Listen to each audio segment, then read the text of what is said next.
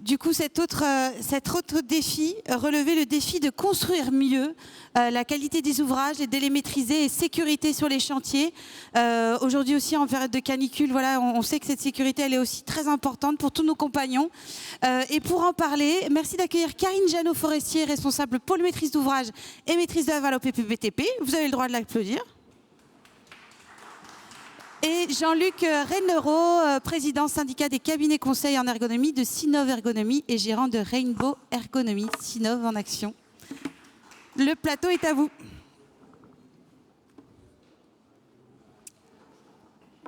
Bien, bonjour à toutes, bonjour à tous. Merci d'avoir le courage d'affronter voilà, la température un petit peu tropicale de cette salle. Donc on est réunis pour une petite trentaine de minutes pour parler ensemble finalement de relever le défi de construire mieux. Je pense que c'est le sujet en filigrane de toutes les conférences, de tous les échanges que vous avez pendant cette journée. Mais on va essayer, nous, de faire un pas de côté et d'en parler un peu différemment. Donc moi, je me présente, je suis Karine Jeannot-Forestier, je suis responsable, directeur de la maîtrise d'ouvrage et de la maîtrise d'œuvre, au sein de quelque chose que peut-être un certain nombre d'entre vous ne connaissent pas encore, qui est l'organisme professionnel de prévention du bâtiment et des travaux publics. Donc nous sommes aux côtés des entreprises, du bâtiment et des travaux publics, pour les accompagner dans l'amélioration des conditions de travail et lutter contre les accidents. Et je reprendrai le propos juste de notre prédécesseur. Ensemble, on est plus fort. Et là, on va vraiment vous parler de collectif aussi. Et on va vous en parler ensemble. Donc Jean-Luc, je te laisse te présenter également. Oui, donc Jean-Luc Reynereau, moi je gère un cabinet de conseil en ergonomie. Membre de la fédération Sinov, président donc, du syndicat Sinov Ergonomie au sein de cette fédération. Effectivement, l'idée de cette conférence en coopération avec l'OPPBTP, c'est que les ergonomes s'intéressent à l'humain, s'intéressent aux usages. Et il nous semblait intéressant dans cette réflexion autour du logement, au-delà donc, de combler le manque de nombre de logements, c'est comment aujourd'hui on peut aborder la construction des logements dans un élan collectif, dans une démarche partagée, dans une démarche concertée et la plus factuelle possible dans la réponse aux usages. Voilà, alors finalement, j'ai presque envie de dire, je reprendrai une expression que tu as souvent, le logement, tout le monde en parle, mais qu'est-ce qu'on fait collectivement? Et c'est un petit peu ça qu'on va essayer de partager avec vous là pendant cette demi-heure. Alors avant tout, on pose un contexte, alors un peu critique, mais on en est solidaires, tous autant que nous sommes dans cette salle. La construction. Encore une fois, sur l'intervention précédente, on parlait du nombre de logements que nous souhaiterions pouvoir construire. Ça, c'est la réalité des chiffres de 2024. Et avec des difficultés structurelles, conjoncturelles qu'on rencontre tous. Alors, on a eu évidemment la période du Covid, on a des périodes de difficultés à trouver des matériaux, l'augmentation du coût de la main-d'œuvre, cette main-d'œuvre qui se raréfie. Et finalement, chacun dans nos rôles, maître d'ouvrage, maître d'œuvre, pour ce qui nous concerne en matière de prévention des risques professionnels, eh bien le coordonnateur, sécurité et protection de la santé, les assistants maîtrise d'ouvrage, les BET, bref, tout le monde, jusqu'aux entreprises, ont ces difficultés. Difficultés des coûts, difficultés des main-d'œuvre, de l'attractivité, tant pour les salariés que pour les clients, la qualité, les délais. On parle tous le même langage, mais chacun dans son prisme. Donc finalement, peu de concertation, peu de réflexion globale, des surcoûts que l'on déplore tous, mais alors comme une fatalité, quel levier on a, qu'est-ce qu'on peut améliorer, et finalement, encore une fois, chacun dans son silo, chacun dans, je dirais, son univers, on essaie d'améliorer les choses. Alors on a essayé de vous poser quelques chiffres pour arriver à dimensionner ça, dont les coûts induits. Oui, alors deux parties. Hein, la partie induite par rapport au collectif et par rapport à l'individuel, dont on pourrait dire que la conception reste la même, puisque les acteurs restent la même sur l'intervention. L'élément important dans cette approche-là, c'est de regarder donc, les coûts induits de par donc, toutes les dérives, comme Karine vient de le dire, sur les malfaçons, bien sûr, sur les désordres structurels. Mais ce que l'on oublie souvent, et qui pourtant apparaît dans les assurances, c'est le côté impropre à la destination. Alors quand ça passe par le côté juridique, effectivement, c'est évalué. Mais ce qu'on n'évalue pas, c'est tout l'élément aujourd'hui de la non-qualité en termes d'usage. C'est-à-dire que derrière, c'est finalement la mauvaise utilisation Ça peut être donc des problèmes liés à la maintenance, parce qu'il y a des désordres qui font que la composition même, l'organisation technique du logement ne correspond pas aux capacités des utilisateurs, mais ça peut être aussi des désordres liés à des matériaux qui ne sont pas compatibles avec certaines choses que l'on peut proposer. Alors on va aller un petit peu plus loin dans le sujet, et peut-être avec une approche que vous n'avez pas l'habitude d'avoir, c'est-à-dire on parle souvent en effet des effets sur le bâti, sur l'usager. Moi j'ai remonté en amont sur les effets et finalement cette non-concertation en conception, cette non-concertation en préparation d'opération, quels en sont les effets directs sur ceux qui construisent et finalement cette main-d'œuvre dont on a tous besoin, qu'on soit acteur en promotion, bailleur social ou entreprise du bâtiment. Je vous ai mis quelques chiffres et non pas pour plomber l'ambiance, mais pour qu'on soit vraiment au fait de ce coût réel. Et je commencerai pratiquement par la dernière ligne. 5% du coût du bâti, ce sont les dommages humains. C'est les accidents sur les chantiers. C'est le fait qu'un chantier soit arrêté. C'est le fait qu'un compagnon soit arrêté pendant quelques temps. On a aujourd'hui 36 000 personnes équivalent temps plein en arrêt de travail dans le BTP suite à un accident. Donc là, je dirais que je pense que tout à chacun voit là où on a un levier de performance, un levier aussi de progrès social, tout en parlant du levier économique. Et on a ça à aller chercher. Quelques chiffres simples, sans même évoquer le fait qu'il me semble totalement inconcevable qu'au XXIe siècle, on meurt encore au travail. Sans même parler de ça, si on doit parler de l'ensemble de la production de logements, eh bien, il y a tous ces axes-là à travailler. Donc c'est finalement ce constat-là qu'on voulait poser avec vous et avec deux objectifs qu'il nous faut relever collectivement. Juste en complément de ce que dit Karine par rapport à cette analyse d'accidentologie, ce qu'il faut comprendre dans cette lecture des chiffres qui aujourd'hui peuvent aider à prendre des décisions quand on voit le coût effectivement rajouté au coût de la construction, c'est que quand on va faire l'analyse, ce qu'on peut remarquer sur le terrain, c'est l'accidentologie, elle est souvent vue de la responsabilité d'un acteur. Et souvent, ce qui se passe quand on fait des analyses d'accidentologie, oui, mais moi je leur avais dit de faire comme ça, j'avais prescrit. Et cet élément de données, on va dire de prescription, on s'aperçoit quand on intervient en tant que conseil dans ce monde de la construction, c'est que l'ingénieur qui va concevoir, très souvent, son seul objectif, son angle de regard, c'est la construction d'un bâtiment qui va être durable. Alors c'est tout à fait louable, mais rarement on entend dans les échanges, aujourd'hui dans les équipes pluridisciplinaires, rarement on entend la réflexion, ce que moi je pense, la manière dont je vais vouloir le construire, est-ce que le compagnon qui est en bas, il a toutes les données pour pouvoir le construire en toute liberté. Donc, en revenant effectivement à la diapo qui m'incombait. Ça s'appelle une digression, mais c'est la chaleur, il n'en fait jamais d'habitude.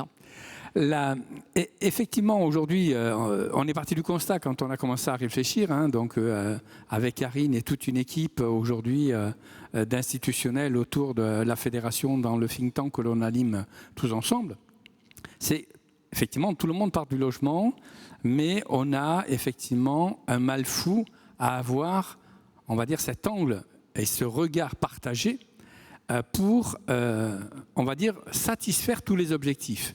Quand on a discuté avec tous les acteurs de l'acte de construire dans le groupe que l'on anime ensemble, effectivement, chacun, à un moment donné, dit oui, mais moi, là, je ne m'y retrouve pas. Là, je ne peux pas. C'est une question de coût. Là, je ne peux pas faire autrement parce que je suis bridé par le montant du loyer. Je suis bridé par l'autorisation d'assurance qui fait que je ne peux pas utiliser ce matériau si je n'ai pas ma fiche qui va me libérer, ainsi de suite. Et on s'aperçoit qu'effectivement, on a, dans cette réflexion de la construction, un vrai objectif de faire un tour de table avec cette recherche de l'intérêt commun, de définition, comment construire ensemble dans l'intérêt collectif et non pas dans mon intérêt individuel. Oui, ce que tu évoques finalement, c'est qu'au-delà d'avoir cet intérêt collectif et de vouloir œuvrer vers cet objectif. Je pense qu'il est temps maintenant d'agir. Il y a un changement de paradigme à avoir, de décloisonnement entre les acteurs et au service à la fois du bien construire, l'enjeu social et sociétal, je l'ai évoqué, mais aussi parce qu'en tant qu'acteur économique, il y a pour chacun, de l'entreprise à la maîtrise d'ouvrage, un intérêt à aller sur ce sujet-là. Pourquoi je vous parle beaucoup d'économie alors que moi je suis censée sauver des vies et améliorer les conditions de travail? Mais parce que c'est le nerf de la guerre. Parce que le budget que vous mettez au départ, il prévoit les garde-corps, il prévoit les recettes à matériaux, il prévoit l'approvisionnement en eau. Dieu sait que c'est utile en ce moment. Donc, la question qu'on a à se poser, c'est est-ce qu'on veut rester sur les photos qu'on voit là ou est-ce qu'on veut passer à ça? Est-ce que ce que vous livrez, je prends la photo de bas à gauche, ça devient ça au bout de quelques années ou ça reste la photo en bas à droite? Et finalement, c'est ça l'enjeu qu'on a collectivement et qui peut nous emmener un peu plus loin, mais en acceptant, et tu as insisté beaucoup là-dessus Jean-Luc, on connaît tous son métier. Vous êtes des professionnels, nous en sommes chacun dans nos secteurs. Donc quand on parle de prévention des risques, quand un drame arrive, le maître d'ouvrage me dit, moi j'ai tout écrit, hein. Dans mes marchés il y avait tout. Le maître d'œuvre me dit, mes plans étaient précis, on a choisi des entreprises, elles savaient ce qu'elles avaient à faire. Le coordonnateur me dit, moi j'ai tout prévu, etc., etc. Et alors souvent, tu viens de le dire, c'est le compagnon. C'est le compagnon. Il y a un drame sur un chantier, il n'a pas fait, il n'a pas su, il n'a pas dit, non. Et quand on a une malfaçon, quand on a un désordre, on est de la même façon, tous responsables, chacun à son niveau. Mais on est tous aussi collectivement attachés à la réussite au final. Donc, de façon plus pratique, on va essayer de l'aborder un peu plus en détail, comment est-ce qu'on agit collectivement? Et on ne prêche pas dans le désert parce qu'on est venu vous partager quelques exemples qui montrent que ça fonctionne et c'est finalement pas si compliqué que ça. Quand on accepte de poser ses croyances et ses préjugés et d'aller parler aux professionnels qu'on a autour de soi. Alors je pense que ça a été dit dans plusieurs conférences parce qu'il y en a plus d'une trentaine dans cette journée des assises. Le regard que nous on porte, alors déjà avouer que on va dire le conseil en ergonomie est assez peu vu dans le monde du logement, parce que le logement aujourd'hui est souvent, on va dire, apprécié, et ce n'est pas une critique, comme un produit. C'est un studio, c'est un T1, c'est un T2, c'est un T3, qui réagit à des normes spatiales, à des fonctionnalités établies par rapport à ce dimensionnement de la salle de bain, de la cuisine, à cet ordonnancement. Mais ce qu'on a pu remarquer, nous, dans les quelques études qu'on a eu le plaisir de conduire avec des fédérations de bailleurs, c'est qu'effectivement, on ne se pose jamais la question de le logement, finalement, quelle est son utilité, quel est son service. Et ça rejoint toutes les réflexions qui sont aujourd'hui menées par les universités autour des formes d'habiter, autour de cette intention de regarder cette notion d'usage en lien avec les évolutions des modes de vie. Nous, il y a déjà quelques années, quand on a conduit cette première étude, on avait réfléchi effectivement au travail à la maison, parce qu'on était parti d'une demande d'un grand institutionnel qui avait obligation, par le biais de l'Europe, de réinternaliser des agents qui étaient des agents nomades, et que ces agents nomades travaillaient essentiellement chez eux. Et donc, je rejoins le travail de Karine, puisqu'on était là pour regarder la prévention des risques, comment les gens étaient organisés chez eux. Et c'est là où on s'est intéressé au logement. Et on a vu aussi que le logement, il ne pouvait pas être pensé tout seul. Il doit être pensé dans un ensemble urbain, donc avec une réflexion sur sa fonctionnalité, mais sur l'aménagement autour de la mobilité, de l'insertion, avec d'autres fonctionnalités qui peuvent être des établissements publics, qui peuvent être des espaces sportifs, qui peuvent être des lieux intergénérationnels. Et si on se pose la question avec qui on construit et comment on construit le projet, notre réflexion aujourd'hui à nous, l'équipe donc, qui travaille sur ce think tank au sein de Sinov, c'est effectivement la chaîne d'acteurs. Et la chaîne d'acteurs, pas seulement dans la construction, mais c'est la chaîne d'acteurs en amont dans la conception et en amont dans l'intention. Et donc du coup, ça rejoint bien donc, cette réflexion, ce regard que l'on va essayer d'avoir. Et on présentera tout à l'heure une petite étude qu'on est allé auditer, effectivement, comment je mets autour de la table pour définir réellement ce qui va servir au plus grand nombre. Alors finalement, deux cas concrets, tu viens de l'évoquer rapidement, les études qui ont été faites autour de la gouvernance et de la bulle de confiance. Deux cas, alors vous avez, je pense, à disposition les éléments de cette présentation et on pourra vous partager toutes les ressources qui sont liées à l'intervention que nous faisons. Et moi, je souhaitais vous partager un exemple, alors j'allais dire très pratico-pratique de la communauté de communes du Grand Langres. Une opération de réhabilitation d'une caserne, donc, dans laquelle, comme dans beaucoup de villes, ex-villes militaires, on vient réhabiliter pour faire tout à la fois du logement, des locaux administratifs, voire des locaux associatifs. Et la première tranche se passe tellement mal que les équipes de la collectivité disent c'est pas possible, il faut qu'ils se mettent autour de la table, il faut qu'ils se parlent. Alors la direction juridique dit mais c'est pas possible, en phase amont, avant la passation des marchés, on n'a pas le droit, il ne faut pas parler. Ben, ça n'empêche pas de se renseigner sur le sujet. Et puis une fois attribués les marchés, oui mais non, il faut laisser les gens de la conception travailler entre eux, sinon les entreprises elles vont tout vouloir, on ne va pas s'en sortir. Et c'est finalement deux élus du Grand Langres qui disent stop, on arrête, on les réunit tous et on fait vraiment du travail collaboratif, on fait de la concertation.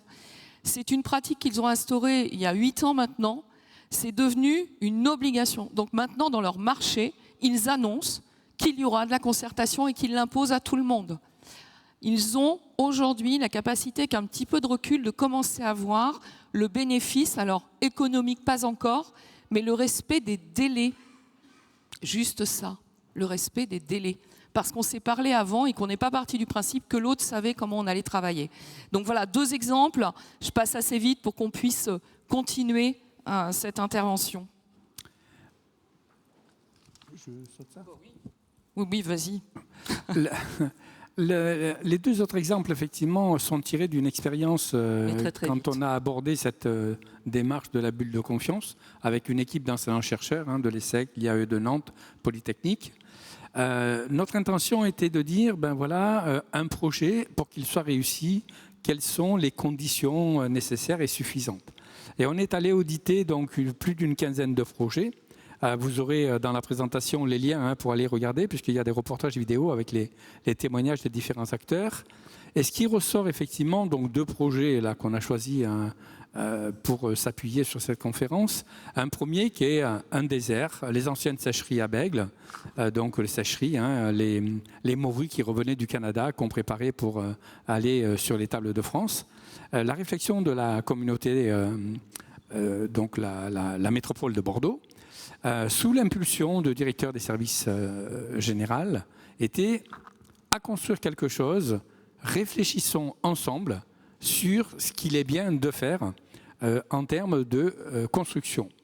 Et ils sont allés pas à pas, en premier temps, des séminaires avec des ateliers collectifs entre les élus, pour que les élus déjà apprennent à partager et à imaginer ensemble ce qu'ils allaient devoir porter pour peut-être aller faire de la consultation ensuite, soit de programmistes, soit d'équipes de maîtrise d'œuvre, selon le choix qu'ils allaient faire. Quand le projet a avancé, donc ça a été le choix de plusieurs équipes de maîtrise d'œuvre, pareil, que l'on a acculturé pour essayer de confronter. Donc toujours un peu comme si c'était des projets virtuels à essayer d'aménager jusqu'à ce que quelque chose puisse être montré, confronté, donc à des futurs utilisateurs. On fait des groupes d'utilisateurs, ce qu'on appelle approche design service, les personae. Et du coup, quand ces choses se sont à peu près avérées, avec un élément assez exceptionnel, c'était de dire, on veut créer quelque chose qui soit du périurbain, avec une habitabilité répondant aux besoins des objectifs, qui donne une dimension nature, avec des espaces verts préservés, un sentiment de quiétude, donc la gestion de la voiture, imaginée autrement, avec un silo parking détaché de l'espace de construction du bâti. Donc aussi là, une acculturation pour se détacher de la voiture au pied de la maison. Et ainsi de suite, donc Karine parlait de concertation. Voilà, cette démarche de concertation progressive. Et ce qu'il faut en retenir, bien sûr, c'est que ça se fait dans un temps long. Et la gestion de projet aujourd'hui, malheureusement, elle est souvent pas acceptée dans ce temps long, et c'est ce qui peut pénaliser.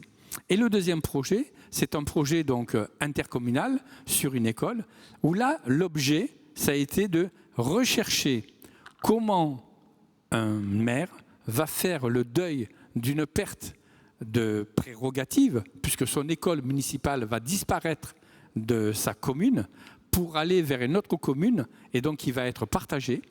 Et comment, ensemble, on va réfléchir à faire quelque chose d'assez exceptionnel pour accepter ce deuil, jusqu'à faire un produit aujourd'hui qui a eu la médaille d'or, donc la labellisation bâtiment durable Occitanie.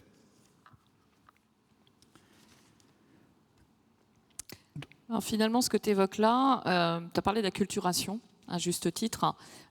C'est finalement commencer pour arriver à ces projets où on partage tous, on construit collectivement, on réfléchit collectivement. Ça repose, et là, vraiment, le pas de côté, c'est maintenant que je vous invite à le faire. C'est que quand on parle de santé et de sécurité sur les chantiers, pour vos propres personnels d'ailleurs, hein, est-ce qu'on peut se permettre de ne pas se pencher sur le sujet ? Bon, je ne serais pas depuis 20 ans à l'OPP-BTP si je vous répondais non. Donc, on a la possibilité là de s'interroger sur la logique prévention des risques, mais qui s'applique toujours. C'est quoi le rôle de chacun des acteurs qui m'entourent ? Et donc, on se réinterroge.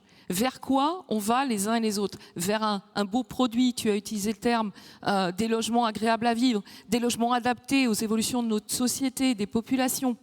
Et donc finalement, acculturer à ce travail collectif, ça veut dire tout d'abord former.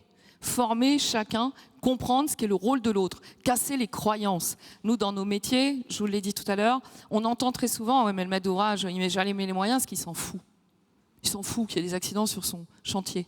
Moi, j'emmène mes collègues, et j'ai ma collaboratrice qui est là, elle pourrait vous le confirmer. On emmène des gens de l'entreprise, on emmène nos propres collègues de l'OPP-BTP chez les maîtres d'ouvrage, qui sont dramatiquement impactés dès qu'il y a un drame, tout comme l'entreprise. Mais chacun ayant la certitude que c'était à l'autre de faire. Donc c'est d'abord ça, c'est repositionner chacun dans son rôle et connaître le rôle de l'autre avec plusieurs leviers. J'accélère un petit peu pour qu'on soit dans les temps et qu'on puisse éventuellement échanger ensemble. Avec finalement, à chaque étape de l'opération, qu'est-ce qu'on doit se poser comme question ? Qui agit ? Et quand on dit qui agit, ne pas se limiter au simple levier maître d'ouvrage, maître d'œuvre, entreprise. L'assureur, le juriste, l'acheteur, tous ceux qui vont concourir à penser le projet. On est, nous, dans cette situation, et on se l'est souvent dit, alors nous, on est des convaincus, donc voilà, on prêche, et puis on arrive face à des professionnels, et au sein du think tank que tu évoquais, de Sinovaction, on se retrouve avec nos confrères assureurs. Nous disons, tout ça, c'est très très bien, ouais, mais dans le code de l'assurance, ouais. Et on en a complément, ça, Karine, peut-être ce qu'on peut dire aussi, hein, c'est que la difficulté que l'on a remarquée depuis qu'on conduit cette réflexion, c'est effectivement avoir ce regard partagé, c'est-à-dire essayer d'objectiver avec des critères très précis.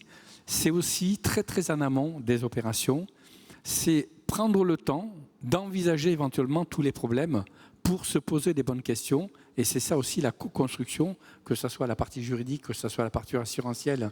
C'est l'anticipation. Voilà, ou que ce soit la partie technique, c'est l'anticipation.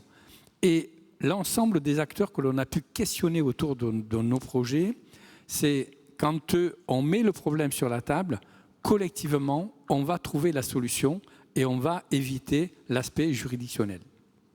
Oui, c'est finalement changer les méthodes de réflexion, non plus chacun dans sa mission et dans son rôle. On ne perd pas son métier, on a son champ de compétences, mais aller interroger l'autre sur ce qu'il vient apporter au projet, à la finalité. On n'a pas dans notre culture, finalement, dans la filière construction française, cette notion de collectif et d'intérêt commun, alors qu'on est tous là pour se dire qu'on ne sait pas comment répondre à l'enjeu de construire plus de logements. Donc c'est vraiment ce décloisonnement, et qui ne va pas que sur le projet lui-même. Et vraiment, nous, on appelle à aller chercher les différents acteurs, à se réinterroger sur l'individu, mais pas que le compagnon du chantier. L'acheteur qui va mettre dans les pièces marché ce que vous avez besoin, celui qui dessine, celui qui amène son expertise technique sur un sujet. Donc c'est finalement cette notion de collectif et de collaboratif. Et puis pour finir, on a voulu vous mettre deux exemples, alors du plus basique, si j'ose dire, au plus élaboré, pour montrer que quand même on va vers des choses qui commencent à porter ce message-là. Je te laisse la parole, Jean-Luc, plutôt sur le Lean Construction.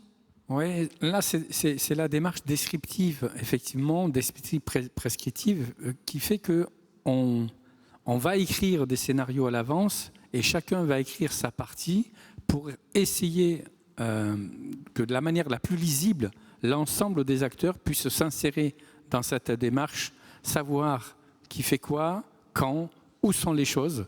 Donc cette description de la démarche Lean va aider à l'organisation avec bien sûr une particularité, et donc ça nous en tant qu'ergonomes, c'est aussi le conseil qu'on nomme, c'est que on sait très bien que dans le monde du bâtiment, dans le monde de la construction, on a des éléments de variabilité qui sont conséquents. Mais si en amont, on a acculturé et on a créé ce sentiment de confiance quand on fait ensemble qu'on ne va pas chercher la responsabilité, on ne va pas chercher le coupable, mais comment la solution, on va la construire ensemble. Donc cette démarche va effectivement être extrêmement opérative. Elle va éviter le gaspillage, la reprise de tâches, parce qu'on se sera projeté à l'avance dans l'avancement du projet. Voilà, et pour ceux d'entre vous qui ne se sentent pas encore prêts pour le Lean, qui nécessite quand même une démarche de refonte des process, des organisations de travail et de la logique, eh bien on peut tout simplement commencer par un petit planning partagé. Planning de l'opération, c'est souvent celui de l'ouvrage. Moi, je vous invite à regarder ce genre d'outils qui sont des plannings simplement de compétences, de connaissances et de tâches à l'échelle de l'opération, le qui fait quoi. Et donc, vous me pardonnerez, mais celui que je vous présente, c'est forcément un planning d'opération en matière de prévention, à chaque étape, avec qui j'agis, qu'est-ce que je fais avec lui, et finalement, qu'est-ce qu'il m'apporte dans la conduite de mon projet. Voilà ce que l'on voulait vous partager aujourd'hui, avec quelques ressources documentaires en complément de notre propos, des vidéos et quelques guides qui sont à votre disposition. Merci. Merci beaucoup à tous les deux. Merci pour cette intervention passionnante et on le voit essentielle. Je vais me tourner un peu vers la salle, bien sûr, si jamais vous avez éventuellement des questions, des réflexions ou quelque chose que vous voudriez partager. Non, je pense qu'on reviendra avec 15 degrés de moins. Alors, 15 degrés de moins, et en même temps, vous avez été hyper clair, moi, je trouve. Bon, merci, c'est rassurant. Est-ce que, justement, alors c'est un peu la question qu'on pose à tout le monde aujourd'hui, on l'a dit, il faut que le logement se mette en priorité, etc. Mais vous, j'imagine que vous portez aussi ce message de prévention auprès de l'ensemble de la filière ? Alors, je pense qu'aujourd'hui, l'état de chaleur que nous partageons dans cette salle ne peut que nous faire penser à ceux qui sont dehors, dont vous attendez et nous attendons tous qu'ils continuent de construire. Donc, imaginez-vous ce que c'est aujourd'hui un maçon, juste un chiffre. Construction de pavillons, enfin de maisons individuelles. Un maçon en moyenne, et non, mesdames, messieurs, tous les chantiers ne sont pas mécanisés, c'est 2,5 tonnes de parpaing manipulés dans une journée. Voilà. Quand on a dit ça et qu'on les place sous 40 degrés. Donc on a un chemin énorme à faire parce que ces maçons, ils se fatiguent, ils travaillent moins bien, les délais ralentissent et surtout c'est des humains qu'on casse. Et quand il s'agit de travailler plus longtemps, je pense qu'on a tous une question à se poser. Et ce qui vaut pour nos métiers de la construction vaut pour toutes les activités économiques et notre bien-être ensemble et finalement la dimension sociale qui est primordiale dans tout ça. Bien sûr. Monsieur ? Oui, et au-delà donc effectivement de la situation critique sur laquelle le constat est forcément partagé, ça interpelle quand même sur la qualité d'usage aujourd'hui dans un bâti, quel qu'il soit, avec la variabilité des utilisateurs, la différence d'anatomie, la différence de physiologie, quand on parle de rapport à la chaleur ou de rapport au bruit, de rapport aux ambiances lumineuses, on a une vraie réflexion à mener et on s'aperçoit que ça ne peut pas être mené que par une seule spécialité. C'est vraiment un concours d'experts. Et je pense très sincèrement, même si aujourd'hui, moi j'entends dans les équipes pluridisciplinaires, ouais, mais on était 3, maintenant on est 12, on est 13, on est 15, et on n'a pas plus d'honoraires. Là aussi, c'est vrai que si on veut demain des bâtiments de qualité, il faut que les maîtres d'ouvrage évoluent. S'ils veulent de l'expertise de qualité, il faut qu'ils mettent les moyens et le temps nécessaire à la réflexion. Merci. On a tous à évoluer collectivement. Tous à évoluer collectivement, à agir, agir ensemble. C'est un peu notre mot d'ordre depuis le début de ces assises. Donc, merci à tous les deux. Je pense qu'on peut vous applaudir.